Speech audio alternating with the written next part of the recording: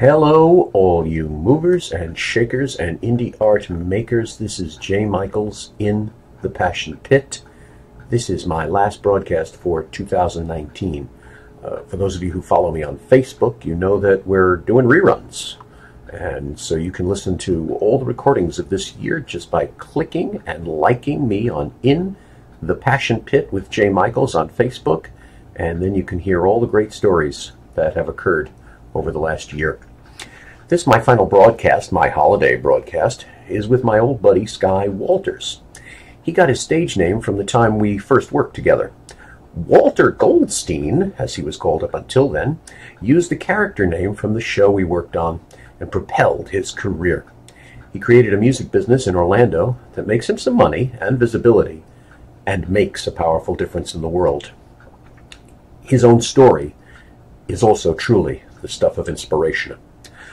I'm going right to the conversation this time. I want to shout out to our sponsors, Applaud Theater Reviews and Marketing, High Drama Theater Reviews, which are both in print and on TV, and Dan Lane Williams Photography. Commercials and other such fanfare will return in 2020. Let's go to Orlando and Sky Walters.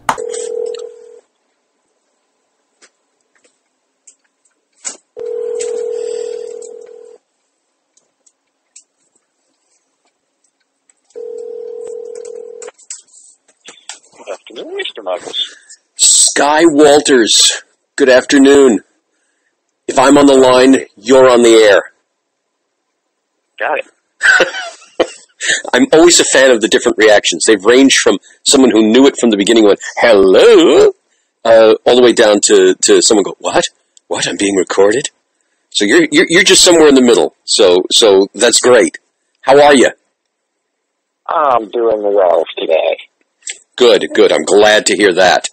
Now, Passion Pit talks to independent artists about their successes and not so successes and things like that. And in my book, you are definitely a success. You went out to, where are you? You're in Miami or Florida? Orlando. Orlando. All right, well, there you go. I was wrong on both counts.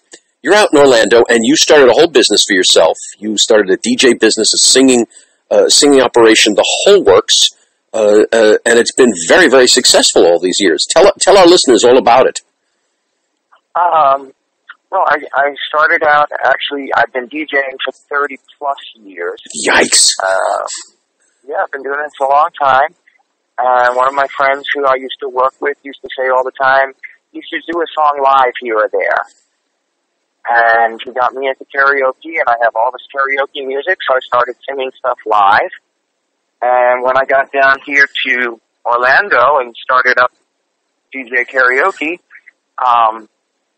the first place I started doing was a country club. They're not 55 older, but they're a lot of older folks. But I started doing singing and parties for them, and all they'd want to hear is me doing the music live. So I'd wind up doing 2.5, 3 hours of 50s and 60s music for them at a dance. There you go. And then I hooked up with a Sammy Davis Jr. impersonator for a little while. Oh, my God. Okay. For our listeners who are millennials, Sammy Davis Jr. was a very famous entertainer, an African-American entertainer in the 50s, 60s, and 70s for anyone, and even in the 80s, I think. Just in case for our young listeners out there. I'm sorry, please, go on. No, that's fine. You should also mention he was part of the Rat Pack. That's very important. There you go. And I'll put a reference. And I'll put a reference to all who those are as well when I mention this. So we started doing nursing homes in the afternoons. And after Sammy and I stopped working together due to medical issues with my wife, I didn't have as much time as we needed. One or two of the places would keep me when I could get there. And then as the medical issues with my wife cleared up, I wound up booked pretty much 7 days a week with different nursing homes. So I would go to my normal job from 3:30 in the morning until 11 in the morning, 11:30 in the morning. I'd run home and I'd change his clothes into dress clothes, and I'd run out to a nursing home. And then from there, I'd run to a bar or VFW or American Legion and run karaoke and DJ parties that way. So, On the weekends was usually weddings and reserved for other functions like that. so you still had another job that you had to do at those ungodly hours? Yes. And I was getting about 6 hours of sleep a week for a while. Oh, my God. A 6 week, hours not a day. thank you. It just dawned on me what you had said. How did that affect your voice? Because that's something that every one of our listeners, the artists that listen, that is, when you have the day job going to the night job, how does that affect the voice? Honestly, it got stronger. Because I was singing nonstop. And I believe it's Bernadette Peters who says you need to sing at least an hour a day or you're going to lose it. That I can believe, but I'm sure she had more than 6 hours of sleep a week. Probably. There you go. And I did that for about 2.5 years. And then I kind of was told I need to bring that down a little and get a little more sleep into my system. Yeah. So I did just that, and I've been doing this with the nursing homes for about 12 years now. And last year, I had to take a break for medical reasons of my own. Right. Do you want me to tell you? Or We're gonna talk about that journey in a minute. I want the audience to know who the singer and the talent that they're listening to first. All right. But whenever I can show up somewhere, everybody is absolutely thrilled. They go crazy when I walk in. And the name Sky is very important to people. Now what do you call your act again? What's the name of the act? Sky's the Limit Music. Brilliant. Now you're doing a lot of nursing homes, and there's the stereotype of nursing homes and senior centers and things like that. But that's not the case with you. You have this vibrant audience. I see these pictures all the time. I see the videos you put up. Your audience, geez, some of these cabarets in Manhattan should have audiences like you have. Yeah, and these are all great people who they are with it. I do tend to wear a pair of black and white shoes, wingtips. Yep. Which, when I go into some of the nursing homes, the Alzheimer's units, which I do as well, they may not know my name, but they look down at the shoes and they point at me and go, "You sing for us." And they know who I am. And good. Now, there's an interesting thing when you say they know who you are. There are so many documentaries and so many articles these days that talk about music therapy, that talk about how music helps people who are afflicted mentally. Do you find that when you go into these places, you're talking to people, you're singing for people who aren't all there? I hate to be slang. Who aren't all there. When you sing, do you see it make a progress to them? Do you see them wake up? Absolutely. I had one gentleman who basically spends his entire day just walking the outer skirts wall of the wall. All he does is walk the wall. That's all he does all day long. And one day I came in and said, after he would walk around me, and I'm in the middle of Rockin' Robin was actually the song I was singing. And he stopped, and he was listening for a few seconds, and he started to dance to it. That's great. That's really great. And if I have the right group of nurses in the room, they get them all up dancing, and sometimes it's just one at a time, but sometimes I'll get 10 or 12 of them up dancing to a song here or there. Blue suede shoes they all respond to. Anything from the 50s, basically. Any of the 50s rock and roll, 57 to 63. They'll react to. That makes sense. That makes sense a lot. So you're like you're Dr. Walters, because you're helping these people in terms of their lives. You're enriching their lives by doing this. Well, they're helping me in the same way. How are they helping you? Knowing that I can get that kind of response from somebody in that condition makes me feel good and gives me that same. It helps me, in the same way. It helps build my spirit. It helps energize me. Now let's talk about your energy. You're doing this wonderful thing. We're also going to talk about why you're called Sky, but that's right. I smile at that. Your energy. You're still doing this. Your family is doing this with you. But now's a tough time for you. Correct. What's going on? last year, I had been diagnosed with stage 4 pancreatic cancer spread to the liver. And for the last year, I have been undergoing chemo treatments.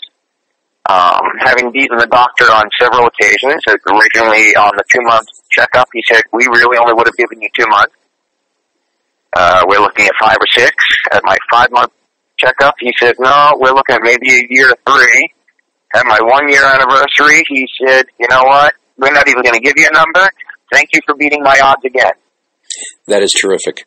Do you think music is doing it for you, too? Do you think the fact you're getting up, putting on your black and white shoes and heading out there and saving lives, if you will, is helping your own life? It helps. The last couple of weeks I've been going on good days when I go to chemo every other week. So the first week I'm kind of rough, and the second week I'm in a good space. So I try to go to every other week for the second week when I'm feeling up to it. This week in particular, it's usually the second day of chemo is a really bad day for me. I don't even get out of bed other than to go to the bathroom. Mm-hmm. But this week, I had chemo on Tuesday, and yesterday is my bad day. I had a function I needed to do for a job I had been doing at a place that knows me as both Sky and as my real name, which is Walter. Mm-hmm. And the program started at 3. I got there at 12:30, set up the music, sang for them until 2:45, started some Jewish music for them because it was a Jewish function. We are approaching the holidays. Yes. Did a program which was 15 minutes long with the residents and the Jewish Pavilion, which is a group I had been working with as well. And then for the rest of the 45 minutes, I sang Jewish songs to them. How'd you feel? I felt incredible. I felt great. I did not feel any of the aches and pains I normally feel during that second day. I didn't feel like I was going to fall asleep at any point. I felt great. I haven't felt that good in so long. So it's, again, the way me singing to them makes them feel, and their reactions helps build up my energy, helps build up my adrenaline. It keeps me going. I'm glad you put it that way. Do you think it's keeping you going? All these highfalutin doctors are giving you these macabre diagnoses, but here you are spitting in their eye over it. Do you think it's the music? Do you think it's the fact that you get up every day and you're doing what you love? I think it most certainly helps. I believe that, again, I mentioned the Jewish Pavilion, which I work for, and the Jewish Pavilion is a group that goes around to different living facilities, keeping the Jewish residents there in touch with their heritage, history, holidays, tradition, food, and when I'm there, music. Because I do music in all of them. I sing to all of them. That is great. And, for those who believe, I feel, only God knows when I'm going. But I think he feels my job for him is not done yet. I really do. Well, I think he knows that I have more to do for him. That is really brilliantly put. So as long as you're singing, you're singing. Yeah. Absolutely wonderful. And I have to say, with the chemo, I've lost my hair, I've lost my eyesight, I've lost my memory, I've lost my sex drive, but I have not lost my voice. Now, that's a quote. That's a really quick quote. Now, okay, let's talk spiritual for a minute. Why didn't you lose your voice? Why didn't you lose your voice? What?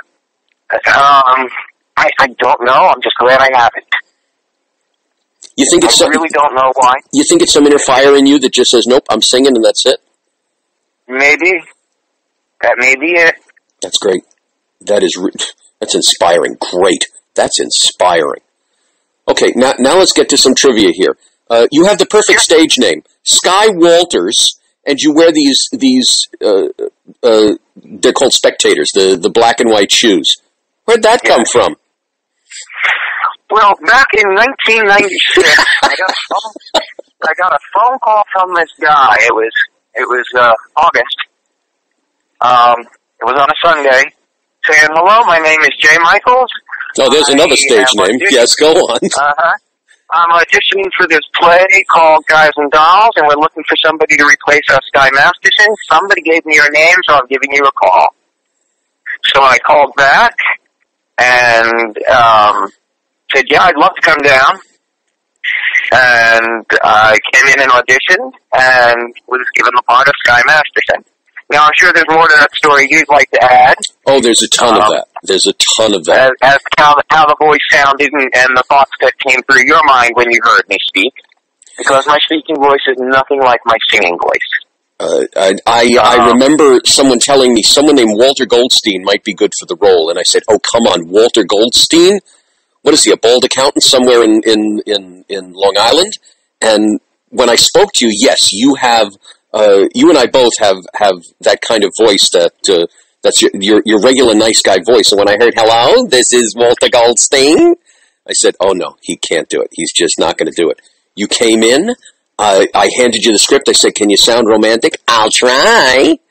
And then you got up there. "Hi, Miss Sarah. How are you?" I was like, "Okay, great. But let's see if that translates to music." And then I said, "Can you sing the role?" "I'll try." And once again, there you go. That beautiful voice came out. And the rest is history. And I was cast as Sky Masterson. And when I act, I have this tendency to find somebody to flirt with backstage. That's how I keep in character and keeps my mindset on the job at hand. And the female lead of the other couple, which was Adelaide, caught my attention. And during one of the rehearsals, all of the boys were like, you see the cartoon wolf with the eyes bulging out and the tongue rolling on the floor as the girls were saying, "Take back your mink," and getting undressed on stage. And you looked at me and said, "All right, Goldie, which one do you like?" And I said, "Well, I kind of like Helene." And the next scene that was blocked was the scene with Helene that I had. And you say, "All right, Sky, you're going to come and sit here with your back to the front. And Adelaide will come in, think that's Nathan, run over, plant the kiss on him, pull him up out of the chair, and then realize it's not Nathan. It should take all of 2 seconds." And she sat there and fought with you every minute. I don't get it. Why would she do that? She'd know that's not Nathan. And you said, "The audience will get it. Don't worry."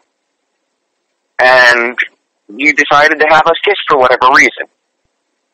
And I thank you for that. Because you married her. Over the course of the first 3 weeks, every one of her friends said, "She's not interested, don't bother, you're wasting your time, she's got somebody, blah, blah, blah." And again, it was just a flirt partner. But as time went on, she started to realize I was not Sly Sky as she thought, and that I was a nice guy, and started to spend a little more time with me. And she, who would not date another actor in the show, was told by our director, "Okay, it's the last weekend, you can start dating him now." Did I don't even remember that. Oh my goodness. Yeah. And it took about another month just to make sure the show was, that we were done. But we started to date, and she still introduced me to everybody as Sky, because she made it a habit of only calling people by their character name during the run of the show. And she kept introducing me as Sky to everybody. So, okay, I became Sky as a nickname. And then, I guess about 9 months later, I was doing a show, again, with a fabulous director, called Coulda, Woulda, Shoulda. That was an equity show, and I needed a stage name. And Walter Goldstein was a taken name. My middle name, which I prefer not to say, was the taken name. So I went with Sky as being the first name. My father was a professional singer as a child, and he sang as Mel Walters. My sister, who had gone to the University of Miami, started using Penny Walters when she had to sing someplace as a stage name. So I said, okay, Sky Walters. And that's how I became Sky Walters. I don't remember that at all. You talk about your memory loss. Sorry, you beat me. I don't remember that at all from Coulda, Woulda, Shoulda. Wow. That I remember. Ask me the names of the people on stage other than Andrea. I have no clue. Okay, I'm feeling much better then. Okay, good. So now you and Helene are married. You're married all these years, and you moved there and you started this great business. So she started her own business also, didn't she? Well, she's selling party light products. She comes with me on the holidays because I believe that the residents at the nursing homes deserve just as good as anybody else. Why shouldn't they have an entertainer come in and visit them on Thanksgiving Day?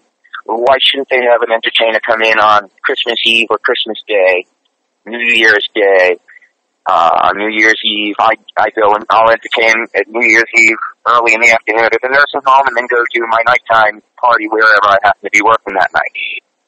So you go there even on the holidays?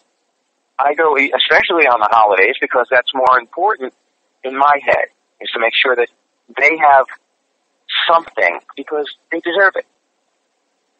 That's great. That is so nice. So my wife will come with, my son will come with, who, again, I had mentioned that my wife had some medical difficulties. At that time, our son was 7, that's Brad. And I would make him get up and sing a song or two. And it was just, at that time, it was cute. He could hold a note. He wasn't great, but he could hold a note. Now, if you were to listen to him, he and I sound very similar in the low range, to the point that people can't tell who's singing unless you actually look. Now, when we talk about actually looking, there's the big difference, because one has to crane their head to see your son. He's huge. He's so tall. I see these pictures, and he's so tall. He is actually, he's, if I'm 5'9.5", he's like 5'11". He looks even bigger, but okay, I get you.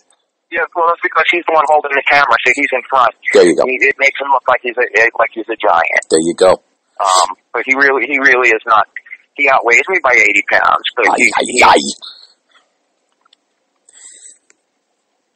you know, he doesn't dance like I do. He doesn't move as much as I do. Now I'm bringing up his size, not just to make pleasant conversation, but if I remember correctly, when he was born, there were issues. Yes, he was actually 3 weeks early and undersized. We had to keep him in the hospital for an extra week and a half, I think it was. And he was always the smallest kid in his class until 9th grade. And then suddenly in 9th grade, he shot up, gained some height, gained some bulk. His senior year of high school, the football coach walked up to him and said, "Why aren't you on my football team?" and my son looked him straight in the face. He said, "That's the one where we're on the ice and we kick the black and white ball over the net and somebody else score." And the coach just went, "Got it," and walked away. Brilliant. Yes. He's not as musically inclined as I am, but he's got his music, he's got his video games. Again, you know, millennials, what else do they have? But I have, on the other hand, I have done what I consider, followed a tradition when my sister and I were kids and we'd get in the car for a car ride with Mom and Dad. 50% of the music was ours, 15% of the music was theirs. So we were always forced to listen to older singers. We always heard Neil Sedaka. We always heard, I'll say Sergio Franke. I don't even know that you'll know who he is. I do, of course. Okay. You know, just performers from the 40s, the 50s, big band music. And then we could listen to whatever my sister was usually into at that point. I think Sean Cassidy was big at that point. Mm-hmm. You know, Donny Osmond, Barry Manilow, who was coming through at that point in the early 70s. So we were able to listen to music of then and now. So I did the same with my son, and my son loves his video game music. It's most of what he's got on his phone, but at the same time, he's got classic rock and roll. One of his favorite songs of all time is The Doors' Painted Black. He would sing Rockin' Robin. He would sing Book of Love by the Monotones. He knew, you know, he knows music for more than just his time frame, which everybody should learn more than just the music of their era. There's a popular misconception about millennials that well, it's just a stereotype about in terms of video games, in terms about their attitudes and whatever. I have discovered in my travels how completely wrong it is, and I bet your son epitomizes the break of that stereotype. I bet he's a brilliant guy, and just by the fact that he's open to all kinds of music and all kinds of things, and that he's such a powerhouse to you guys, shows that millennial minds are really much stronger, much more facile, much deeper than we give them credit for. Probably are. I think, though, it also depends on the parenting. Yeah. As an example, I always made sure it didn't matter what state I was in, it didn't matter how tired I was, it didn't matter if I couldn't get out of bed. If he's doing something wrong, he's going to fear me. He's going to know he did something wrong, whether it's just a look on my face, that look. He knows, and if I had to say how much he fears me, I would say it's a pinch. Just like a pinch of salt. Yep. That's how much he fears me. But as long as he has that fear, he will always do the right thing. Well, then I'm going to correct you and say it's not a fear, it's a respect. He knows that you're going to guide him in the right direction. And so if you're going to give him the look, you're basically saying, and this is the right direction to go in, and he's smart enough to know what to do. I'll take that answer, that's sure. There you go. Now, you say about medical issues for Helene, your wife. Can I be bold and ask you to talk about those very briefly? Absolutely. She, about 12 years ago, she was diagnosed with stage 4 breast cancer into the lymph nodes. She's had a double mastectomy. She's had a hysterectomy. She did a year of chemo before the mastectomy. She did, I think it was 6 months of radiation. She has lost her voice a little bit. It's not as brilliant as it used to be. And at the time, Brad was, he was around 7. And we sat down and we read to him cancer out of the dictionary, which basically states it's an abnormal growth of cells in the human body. And then about 2 years later, he walked into our room while the TV was on, and Rosie O'Donnell was talking about her mother who had died from breast cancer, and Brad looked at us and went, "Mom could have died from this?" Oh, my gosh. And I said to him, "And if you knew that then, what would you have done?" He said, "Well, I guess there's nothing I could have done." I said, "That's why we didn't tell you that. Because there's nothing he could have done about it." But at that time, it became my job her job was to stay at home and heal. So here I am, a nice Jewish father, taking care of my Catholic son. I had to teach him the Our Father for his First Communion. With a First Communion cake that said Mazel Tov on it. I figured. Mazel Tov on your communion. I was figuring some multicultural humor in there, and you gave it to me. Good. Absolutely. And I took him to karate classes. He is a black belt. I took him with me to nursing homes just because I couldn't leave him at home, so he came with me.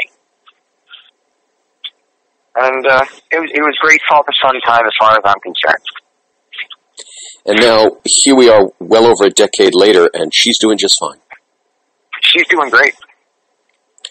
She is now, she's a substitute teacher, and she actually had a class today. She was subbing today. Oh, great. I'm sure that doesn't help the voice either, because she's constantly, I don't want to say yelling at the kids, but getting the kids' attention, so she's not using her voice properly. She is projecting on a consistent level. Yeah, but I don't think she's using it properly. Oh, okay. Her voice hasn't come back properly yet. Gotcha. But yeah, it's. I don't want to say it's a bad thing. I mean, the last year for me has been, of course, ups and downs, but so many more ups. The Facebook messages I get from the friends, the family, I can't tell you how many different people from the nursing homes have me on Facebook, and they are, "When are you coming back? We miss you." You know, if I post a song on Facebook, oh, it was great. Can't you come back to us? And again, that was yesterday for me. It was one of those places that was the first time I've done that in a year, where I've actually sung for 3.5 hours straight. Oh my gosh. And it was so worth it. I whenever I teach theater, which I do like every day, I always talk about how the ancient Greeks, it was their religion. You went to a play to be inspired, to learn about the gods, to learn about their journeys and their struggles, and how it's supposed to be cathartic and all of that. And when I ask my classes, are there still such stories nowadays? I get a yes, I get a no, something like that. But I'm talking to someone whose child started into this world precariously, whose wife was at a particular point where most people would only look at the dark side, and you yourself have your own journeys right now that you're going through, that you're already beating the odds, and while you're beating these odds, you are enriching the life of so many people where you are who so desperately need it and don't get the opportunities to simply hear music, and you are doing all of this for them. You're one of those plays. You're one of those stories. You're an inspiration. Your care and your dedication is the stuff of dreams. And if there is someone way upstairs looking down at us, if there are the gods up there saying, okay, well, this is good and this is what needs to stay and whatever, may you be singing for the next 120 years, and may every doctor be as frustrated as humanly possible by the fact that they cannot diagnose just how long you're going to stay. That sounds good to me. My friend, it is always a pleasure to speak to you. What were you going to say? Just real quick, I did have somebody say to me once, I used to have problems with my stomach. I used to never feel good, and somebody got me on stage, and after a while I realized that every time I walked out on stage, those aches and pains all went away. And the reason I stay in theater is because it makes me feel good. My mother used to yell at me. That happens. Again, I believe that happened within you who made that statement to me. Did I really? Yeah. Oh, man. Okay, one of us has memory loss, and it ain't you. I was going to say my mother used to yell at me because I was always too sick to go to school. I always had an ache and pain and just didn't want to go to work and everything like that, but I would get up at whatever hour and get to a show, and I was just fine. So, okay, right. Maybe I did say that to you at some point or another. So that's why I do push myself on those good days to get up and to go perform for somebody. Even if I only get to sing one song every 2 hours, I still get that 2 songs in, and it makes me feel good. I speak to singers and dancers and actors and authors, the famous, the near famous, the hoping to be famous, the infamous. But there are very few that I speak to that I can honestly say are true, with all their heart inspirations, and you top the list in terms of being a real artist. And it is always a pleasure to speak to you, my friend.